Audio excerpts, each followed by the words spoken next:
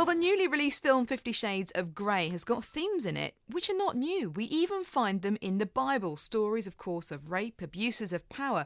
But how can we spot abusive relationships and get out of them? Well, joining me in studio right now is Mandy Marshall. She's co-director of Restored, an international Christian alliance which seeks to prevent violence against women. Good morning to you, Mandy. Good morning, Maria. Thanks for having me on. Well, first of all, Mandy, help us out. How can we spot an abusive relationship? What are some of the signs we can look out for? There's quite a few signs, and obviously there's many different ones that you can collect together. Signs such as a woman being always anxious, concerned about being on time or maybe always late in a situation because she's not been able to get out of the house on time or being prevented on time.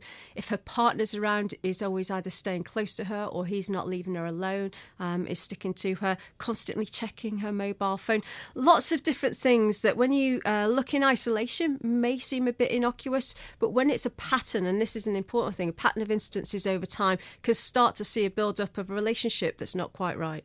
So what role does sort of pressurising and forcing someone to do something against their will play in all of this? Absolutely, that's exactly part of it, is actually against their will. It's a lack of freedom to choose. It's coercion and it's control. And that's something that the British government put into their new definition from March this year, is that coercive control and a pattern of coercive behaviour is in that definition of domestic abuse. So it's looking about how is a person being controlled, how is their freedom being limited, are they not able to go out of their own accord, do they not have access to their own finances, are they constantly fretting about actually they need to get home to put the dinner on the table on time, that sort of thing.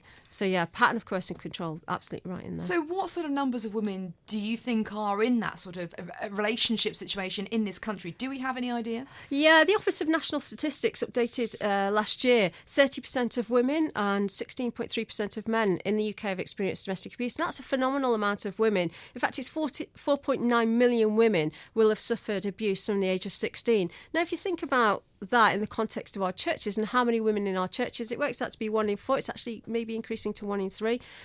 You look around your church, how many women in your church you have, divide that by 4, how many women in your church might be affected, how many of them are speaking out, how many of them are suffering in the silence, shame and stigma around abuse. And that's why at Restored we want to actually equip churches to be able to respond, identify the signs and be able to respond effectively and appropriately to these issues and not collude with abuse in this context. Now, we've mentioned, of course, some sort of emotional abuse. We've also talked a little bit there about physical abuse. How about rape victims?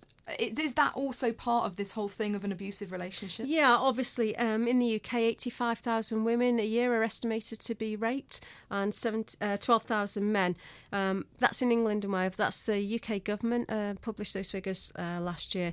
85,000 women are affected by rape. So sexual violence is quite a big issue in this country and something that we know many people campaign about. Actually, with recent court cases have highlighted this issue. And rape, in essence, is about power and control over an individual and using sex as that method and a tool of destruction over a person. And as we know, we see that in the Bible as well.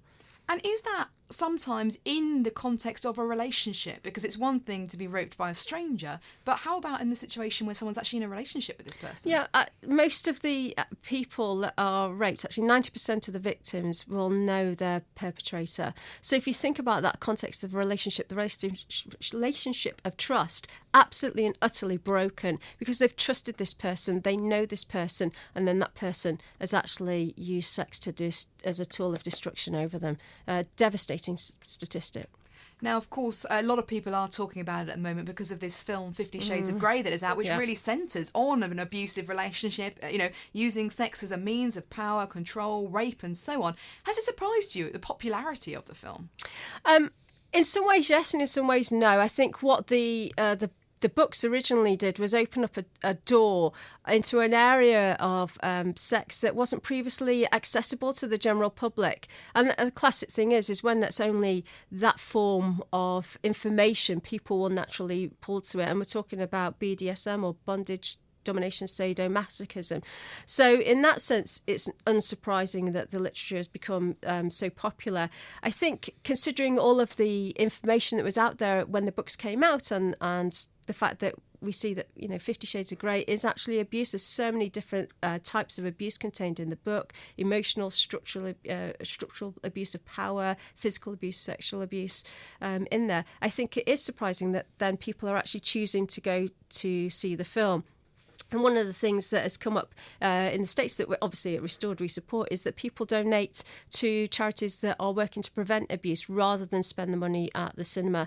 Obviously, we would love that at restoredrelationships.org. Go on and give us the money to something that is positive rather than something that's negative. You're listening to Premier Christian Radio, and this morning we're talking about how to spot abusive relationships and how to identify whether you're in a situation that is unhealthy. Now, of course, Mandy, in the Bible, there is a number of situations where people are in abusive relationships. One that stands out, of course, is in 2 Samuel chapter 13, where we have a rape situation. Does it surprise you that we do have a story of rape in the Bible? It doesn't surprise me. I think it actually tells us that God is actually concerned about this issue, and that God is not going to ignore this issue, and God is not ashamed about actually dealing with this issue. And that gives us great comfort that God knows it happens, and actually God is dealing with it in this context. And, the raping of Tamar by her half-brother, Amnon, shows us that statistic of actually it's a very modern day context that rape happens to people that you know and people that you trust.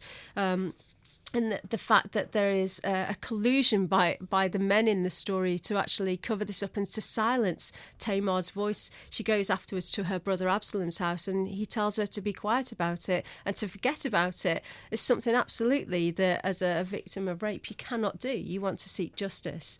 And King David in the story, who's the father of both, actually does nothing. His inaction, the person with most power in the story, the person with the most ability to bring about justice, actually does nothing. And we see later on that his inaction leads to devastating consequences.